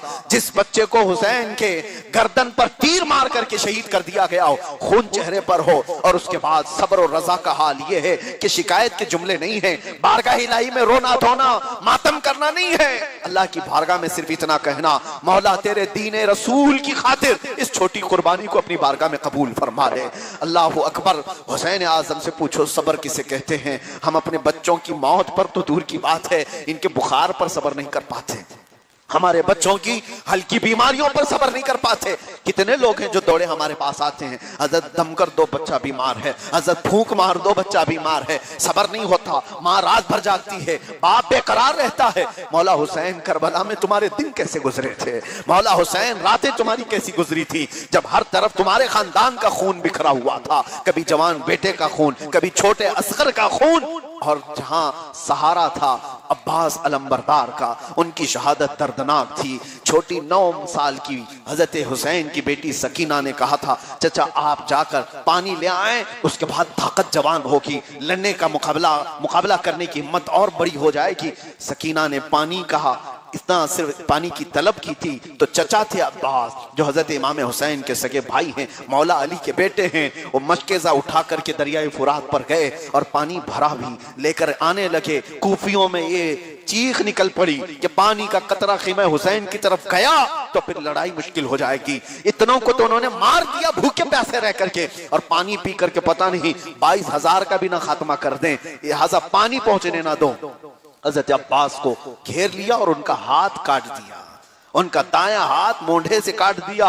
हजरत अब्बास ने हिम्मत नहीं हारी, दूसरे हाथ पर मशकेजा उठाया, जालिमों ने बायां हाथ भी काट दिया। कोई है ऐसा जिसके दोनों बाजू काट दिए जाएं? हमने करबला में वो जगह भी देखी हैं जहां हजरत अब्बास के हाथ दफन हैं, कफ्फुल अयमन कफ्फुल ऐसर, जहां दायां हाथ है जहां बायां हाथ है, दोनों के दरमियान तकरीबन 400-500 मीटर का फासला भी है। एक हाथ यहां कटा है, दूसरा हाथ वहां कटा है, धड़ सिर बचा है, लेकिन रिवायात बताती हैं वो पाने का मशकेजा हजरत अब्बास दांतों में पकड़ करके चल रहे थे, किसी न किसी तरह से हुसैन के खीमे तक पानी पहुंच जाए। मगर जालिमों ने अब हाथ और मुंह पर नहीं, सीधे उनके उस मशकेजे को तीरों से छलनी करके पानी बहा दिया। जैसे पानी बह गया, हजरत अब्बास ने कहा अब खीमा हुसैन की तरफ नहीं जाऊंगा, क्या मुंह लेकर के जाऊं? बड़ी मशक्कत से पानी तो उठाया था, सकीना मेरे इंतजार में थी कि पानी लेकर के ही आऊंगा, लेकिन अब मैं उस तरफ नहीं जाऊंगा। वापस मुड़े, लेकिन मैं कभी सोचता हूं हजरत अब्बास अब लड़ते तो कौन से हाथों से लड़ते, मुकाबला करते तो किस तरह लड़ते, लेकिन अपने धड़ के साथ खड़े रहे। आ जाओ मुकाबला करो। हैदर कर्रार का शहजादा है, अली इब्ने अबी तालिब का शहजादा है, जालिमों ने उनके सीने में नेजा मार करके उनको शहीद किया। हजरत अब्बास जब गिर गए, मौला इमाम हुसैन, उनका एक ही जुमला इस करबला के मैदान में जो हमें नजर आता है अफसोस का, वो ये है कि हजरत अब्बास को उठाते हुए इमाम हुसैन ने अपनी पीठ पर कमर पर हाथ रख करके इतना कहा था, अल-आना इनकसर दहरी, अब मेरी कमर की हड्डी टूट गई। ये जुमला इमाम हुसैन ने कहा था, अब मेरी कमर की हड्डी टूट गई। इसलिए कि अब्बास अलंबरदार इमाम हुसैन के करीबी साथी ही नहीं, मोहतमद खास थे, वजीर खास थे। इस शहादतों की खबरें कितनी मैं आपके सामने बयान करूं। अब यहाँ पर कुल मिलाकर के बात आती है इमाम हुसैन के उस कल्ब की, उस दिल की कि मौला कितना मजबूत दिल उनको दिया था, कैसा सब्र था, कैसी इस्तिकामत थी, कैसी जवान मर्दी थी। उसके बाद वो वक्त भी आया जब जुमा का ऐन वक्त होगा, खतीब खुतबे के लिए खड़ा होगा, अज़ाने रसूलुल्लाह के नाम से पुकारी जा रही होंगी, लेकिन इधर शहजादा रसूल अपने घोड़े पर बैठने को तैयार है। सारे शहजादे इंतकाल कर चुके थे सिवाय बीमार इमाम ज़ैनुल आबिदीन के, वो भी जाने को तैयार थे, लेकिन इमाम हुसैन ने उनको रोक दिया। कहा, ज़ैनुल आबिदीन मेरे बाद मेरी औरतों और बच्चियों को कौन ले जाएगा? तुम जंग न करो, मेरी नस्ल किससे चलेगी? तुम बाकी रहोगे। उनको रोक दिया और हजरत ज़ैनब आई और अपने हाथ में एक अटैची थी, उसको खोल करके खुद अपने हाथों से हजरत इमाम हुसैन को जुब्बा पहनाने लगी। और एक बात बताया सैयदा ज़ैनब ने, कहा आज के दिन के लिए पता नहीं कितनी रातें गुजर गई, मेरी जिंदगी कितनी हो गई। सैयदा ज़ैनब कहती हैं, मुझे वो वसीयत याद आती है, ये जुब्बा रखते हुए मेरी माँ फातिमा ज़हरा ने कहा था कि एक वक्त आएगा जब मेरा हुसैन अकेला होगा। ज़ैनब, उस वक्त उसे मेरी अगर याद आए तो तू उसको अपने हाथों से जुब्बा पहना देना। और मैं समझती हूँ शायद इसी दिन के लिए मेरी माँ ने वसीयत की थी। सैयदा फातिमतुज़ ज़हरा सलामुल्लाहि अलैहा का वो हसीन शहजादा जन्नती फूल आज जब रसूलुल्लाह का जुब्बा पहना, अमीर हमजा का पट्टा डाला, तलवार हैदर कर्रार की उठाई, जाफर तैयार की तबरुकात लिए, सारे बुजुर्गों के तबरुकात पहनकर जैसी घोड़े पर सवार हुआ, खानदान अहले बैत की औरतों ने देखकर एक आह निकाली। कैसा लगता है इस मैदान करबला में रसूलुल्लाह नमोदार हो गए, मेरे आका का चेहरा आ गया है। हकीकी बात है मेरे अजीजों, इस्लाम का वो हसीन फूल था और खानदान रसूल का वो धमकता हुआ चिराग था जो आज करबला के मैदान में जा रहा है। पूरी दुनिया जिससे रोशनी पा रही थी, सिर्फ खानदान ही नहीं, पूरी दुनिया जिसकी बरकतों से सरफराज थी, आज घोड़े पर सवार। यहाँ तक की रिवायात बताती हैं घोड़े को सामने से आकर बीबी सकीना ने रोक लिया था और कहा था कि जुल्जनाहैन, तुम हमारे बाबा को मत ले जाओ, जो तुम पर सवार होकर के गया वो वापस नहीं आया। 9 साल की बेटी सकीना को हजरत इमाम हुसैन ने सिर्फ इतनी वसीयत की, आखिरी वसीयत है ये इमाम हुसैन की, खानदान नबूवत की औरतों से कहा कि अगर मैं वापस ना आया तो मेरी मौत के बाद औरतों पर लाजिम है वो अपने पर्दे की पाबंदी करें, अपने हिजाब की पाबंदी करें। रोना, मातम करना, आवाजें निकालना खानदान नबूवत की औरतों का शिआर नहीं। ये आखिरी वसीयत थी इमाम हुसैन की। मुझे अफसोस होता है हमारी बच्चियां जब बेपर्दा बाहर निकलती हैं बाल लहराते हुए हैं और अपने जिस्म को आश्कार करते हुए शादी के महलों में, सड़कों पर, मुसलमान बच्चियां, तो देख करके कभी दिल दुखता है ये करबला के इमाम को क्या जवाब देंगी। सैयदा ज़ैनब जब क़यामत के दिन खड़ी होंगी उनको क्या जवाब दोगी। हम तो हमारे बच्चों के लुट जाने के बाद भी अपने सर से चादर को हटा ही नहीं, और तुम तो यहाँ मजे से रोज खाने खा करके, रोज अय्याशियां करके बेपर्दा घूमती थी। औरतों के लिए बहुत बड़ा पैगाम है। सैयदा सकीना उस वक्त 9 साल की थी, तब भी पर्दे का एहतमाम कर रही थी। मौला हुसैन घोड़े पर सवार हुए, मुकाबले के लिए आए। अब क्या बताएं, अब हमारे जज्बात इस तरह से नहीं है कि टुकड़े करके बताएं। हासिल कलाम ये है, रसूलुल्लाह का शहजादा है। मेरे अजीजों, करबला मैं रोने के लिए बयान नहीं करता, लेकिन क्या बताएं, हमारा फितरी इश्क है और इश्क के सामने आदमी मजबूर होता है। हम कोई रस्मी आदमी नहीं है, फॉर्मेलिटी अदा करने वाली तकरीरें नहीं कर रहे हैं। आला हज़रत फाजिल बरेलवी रज़ियल्लाहु ताला अन्हु ने एक जुमला फरमाया, बहुत बड़ा जुमला है। फरमाते हैं इमाम हुसैन का गम, अगर दिल में गम ना हो तो उसे इस बात का गम होना चाहिए कि मुझे गम क्यों नहीं, इस बात का उसको गम करना चाहिए कि उसे गम आया क्यों नहीं है।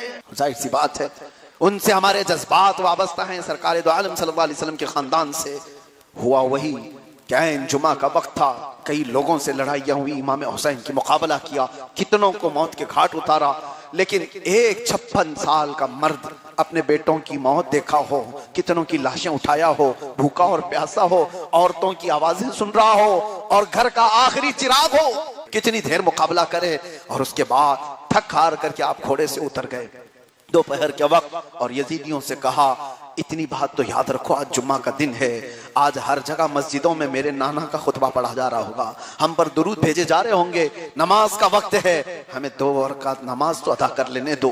आप सरकार इमाम हुसैन करबला के मैदान में नमाज के लिए अपनी रकत बांध लिए थे या सजदे की हालत में चले गए थे। यजीदियों ने कहा, अब मौका अच्छा है, खत्म कर दो और काम तमाम कर दो। उस वक्त कई लोग करीब आए और डर के मारे भाग भी गए। यजीदियों में ये बात रिवायत में मौजूद है, कहा कि कोई कत्ल नहीं करना चाह रहा था, कोई करीब आना नहीं चाह रहा था, कई आए और वापस भाग गए, ये सोच करके कि इतना महंगा खून है, इतना कीमती खून है, कौन इसको अपने हाथों से रंगे। फिर एक शिमर जिल जोशन नाम का बदबख्त शख्स था, वो करीब आया, जिसको बरस की बीमारी थी, सफेद दाग की बीमारी थी। हजरत इमाम हुसैन के करीब आया, आपने उसको करीब से देखा भी और उसके बाद उसने गर्दन के पीछे आपके तलवार रखी और आपकी पुश्त पर अपना घुटना रखा, और जब वो ज़बह करना चाह रहा था तब इमाम हुसैन रज़ी अल्लाह ताला अन्हु आंख उठा करके देखते हैं और उसके बाद उसको पहचान कर कहते हैं, सच फरमाया मुखबिर सादिक रसूलुल्लाह सल्लल्लाहु अलैहि वसल्लम ने, मेरे नाना ने कहा था, ऐ हुसैन मैं देख रहा हूं एक सफेद दाग वाला कुत्ता तुझे कत्ल करने के लिए आ रहा है। ये कुत्ते का लफ्ज इमाम हुसैन ने मैदान करबला में बयान किया था, आखिरी बार कहा था और कहा, मैं समझ गया मेरे नाना ने जिस कुत्ते कुत्ते का जिक्र किया था, वो कुत्ता तू ही है, तेरे जिस्म का सफेद दाग मुझे दिख रहा है। इमाम हुसैन की इस बात को सुनकर के वो हंसा, कहा मारते हुए तलवार से मौला हुसैन की गर्दन को शहीद कर दिया। इन्ना लिल्लाहि व इन्ना इलैहि राजिऊन। कलमा तौहीद है तेरी शहादत ए हुसैन, कलमा तौहीद है तेरी शहादत ए हुसैन। तू न रहता तो न रह जाती सदाकत ए हुसैन, तू न रहता तो न रह जाती सदाकत ए हुसैन। हुसैन आजम के दरबार में हम जैसे निकम्मों की हजारों जिंदगियां कुर्बान, हमारी जिंदगियां कुर्बान। हुसैन आजम को शहीद करने के बाद गूंज गया एक नारा करबला के मैदान में, जंग फतह हो गई, खाक फतह हुई। आज तक तुम फतह के लिए तलबगार हो, लेकिन दुनिया को यह पता है फतह तो इमाम हुसैन की थी। मरना और जिंदा रहना ये जीत और हार की अलामत नहीं है। देखो आज भी पूरी दुनिया ये जानती है, झंडा किसी का लहरा रहा है तो हुसैन का लहरा रहा है, गली में नाम किसी का है तो वो हुसैन का नाम है। हम अपने बच्चों का नाम हुसैन रखने पर फख्र करते हैं, यजीद के नाम से ही चिढ़ते हैं। जंग किसकी फतह हुई? उस हुसैन आजम की। और इतना ही नहीं, कुरान ने हमारे जुबानों पर पाबंदी लगा दी, खबरदार इनमें से किसी को मुर्दा ना कहना, वो जिंदा है। अल्लाह ताला के हाँ उनको रिज्क भी दिया जाता है। कुरान ने ये पाबंदी लगा दी। कसम खुदा की, ऐसी हयात किसी के लिए नहीं मिली जो करबला के रेगजारों में टुकड़ों में हो गए और कुरान जिनकी जिंदगी की दलील दे रहा हो, कुरान जिनकी जिंदगी की सनद दे रहा हो। हुसैन आज भी जिंदा हैं, आज भी बहयात हैं अपनी कब्र अनवर में, और हम गरीबों की आहो बुका को सुन भी रहे होंगे, हमारी फरियादों को जानते भी होंगे। एक बात मैंने देखा है, करबला में हाजिरी होती है आज भी। अब करबला बदल गया, शहर में तब्दील हो गया, लेकिन हुसैन आजम का वो रोजा मुबारका हजारों नहीं करोड़ों आंखों को अपनी तरफ खींचता है, और रोब दबदबे के साथ, जलाल तमकनत के साथ आज भी वो रोजा है। मैं कई साल पहले की बात बता रहा हूँ, रोजा हुसैन में जब गए, लोग अपनी अकीदत के पैसे भी वहां डाल दिया करते हैं, मज़ार मुबारक जालियों से घिरा हुआ है, नोट डाल देते हैं, लेकिन एक कोना देखा चिट्ठियों से भरा हुआ है, कागजात पर के चिट्ठियां हैं। मैंने पूछा एक बुजुर्ग आलिम दीन से कि ये चिट्ठियां लोग ला करके यहाँ क्या करते हैं, डालते हैं? कहा ये आज का नहीं, सदियों से दस्तूर चला रहा है। लोग अपनी हाजतें लिखते हैं और ला करके मौला हुसैन के पास रख देते हैं, और बरसों से ये मामूल चला है। इसलिए कि लोगों का ये तस्वुर है, ये ईकान है, ये लोगों का अकीदा बना हुआ है कि हमें हमारी हाजतें बादशाह के पास नहीं तो किसके पास रखना है। किसके पास रखोगे? रियाया हमेशा अपनी हाजतें किसके पास ले जाएगी? बादशाह के पास। तो बादशाह जब तक जिंदा है अपनी हाजतें लोग बयान करते थे। मौला हुसैन के रोजे पर आज भी लोग हाजतें लेकर के जाते हैं और रखते हैं, तो ये इस बात की अलामत है कि बादशाह आज भी हुसैन है। शाह अस्त हुसैन, बादशाह अस्त हुसैन, दीन पना अस्त हुसैन, सरदाद नदाद दस्त दर दस्त यजीद, हक्का के बिनाए ला इला अस्त हुसैन। पूरे करबला का वाकया एक शेर में अगर सुनना है तो इतना ही है, कत्ले हुसैन असल में मर्गे यजीद है, इस्लाम जिंदा होता है हर करबला के बाद। लब्बैक या हुसैन। बारगाह इमाम हुसैन में हमारी हाजिरी अल्लाह कबूल फरमाए। शहादत करबला के जो असरात हैं अल्लाह हमारे जवानों में अता फरमाए। उनके जवानों की जो कुव्वत है, जवां मर्दी है, उनकी हिम्मत, उनका अज़्म अल्लाह ताला हमारी औलाद में अता फरमाए। रब कदीर हमारी औलाद में कभी कोई यजीदी ना पैदा फरमा, हमारे खानदान को यजीदियों से दूर फरमा, और आज के दौर के यजीदियों के सामने भी मौला गुलाम हुसैन को पैदा फरमा दे। ऐ रब्बल आलमीन, आज तेरे दरबार में जुमा के इस आशूर के दिन में सब दुआ के लिए हाथ उठाए हैं। करीम खुदा इस महफिल से हमें खाली हाथ ना लौटा, इस महफिल से हमें सदका इमाम हुसैन का अता फरमा। हमने करबला के वाक़यात बयान सिर्फ इसलिए किए कि बीमार दिल हों तो अच्छे भले हो जाएं, और लोग डर सहम करके जी रहे हों तो जवां मर्दी आ जाए। रब ताला हम सबको कुव्वत हैदरी अता फरमा, बाजुए हैदरी अता फरमा, गुस्ताखाने रसूल के मुकाबिल खड़े होने की हिम्मत अता फरमा, और जवानाने हुसैन के जज्बे हमें अता फरमा। रब तबारक व तआला हुसैन आजम की शबाहत के सदक़े हमारी दुआ कबूल फरमा। अज़ीज़ान इकरामी, आखिरी बात हमने देखा है, हुसैन के अंदर जो असर है वो आज भी है, हुसैन के नाम में जो असर है वो आज भी बाकी है, बल्कि क़यामत तक बाकी रहेगा। हमने सुना था कि इराक के सदर सद्दाम हुसैन से भी मुकाबला करने के लिए 40 कंट्रियां आई थी, 45 मुल्क की फौजें आई थी। वो तारीख दोहराती है, अगरचे वो हुसैन की कोई मुआजना नहीं, हुसैन आजम से उसका कोई कंपैरिजन नहीं, बहुत बरसों बाद आया। अरे लीडर था, सियासी था, लेकिन नाम में हुसैन जुड़ा हुआ था, नाम में हुसैन जुड़ा हुआ था। 35 कंट्रियों को आना पड़ा और इसीलिए हमने देखा है एक खादिम हुसैन को भी व्हील चेयर पर बैठा हुआ, पैरों से माजूर है, खड़ा नहीं हो सकता, लेकिन लब्बैक या रसूल अल्लाह पुकारता है तो यूरोप की भी धरती हिलती हुई नजर आती है। वजह यह नहीं है कि वो बहुत बड़ी फौज के साथ ललकारता है, बहुत बड़ी फौज के साथ मुकाबले के लिए आता है, वजह सिर्फ यह है कि नाम में हुसैन जुड़ा हुआ है, असर तो आकर के रहेगा। और हमने देखा खादिम हुसैन को झुका नहीं सके तो हुसैन को क्या झुका सको, हुसैन कभी झुक नहीं सकते। मर्द हक बातिल के आगे सर झुका सकता नहीं, सर कटा सकता है लेकिन सर झुका सकता नहीं। अल्लाह ताला वही जज्बा हमें हमेशा अता फरमाए, हमें हक बोलने और हक पर कायम रहने की आखिरी दम तक तौफीक अता फरमाए, जालिमों के मुकाबले में डट करके मुकाबिल रहने की तौफीक नसीब फरमाए। व आखिर दावाना अनिल हम्दुलिल्लाहि रब्बिल आलमीन। इंशाअल्लाह अज़ीज़ जुमा की नमाज के बाद आप आशुरा की नफिल भी पढ़ लें, वक्त जुमा का है, इसलिए जुमा की नमाज जैसे हो जाए उसके बाद जो जुमा की सुन्नतें हैं उसके बाद आशुरा की 4 रकात या 2 रकात नफल नमाज आप अदा करें, जिनमें हर रकात में आप आयतल कुर्सी की तिलावत करें और कुल हुवल्लाहु अहद का सूरा 10 मरतबा पढ़ें। कुल हुवल्लाह सूरा इखलास हर रकात में आयतल कुर्सी और 10 बार कुल हुवल्लाहु अहद का, इस तरह की 4 रकात पढ़ लें या 2 रकात पढ़ लें। आशुरा की बरकतें आपको हासिल हो जाएंगी इंशाअल्लाह अज़ीज़। उसके बाद दुआ और सलातो सलाम होगी। अल्लाह तबारक व तआला हमारी इस महफिल को कबूल फरमाए। जो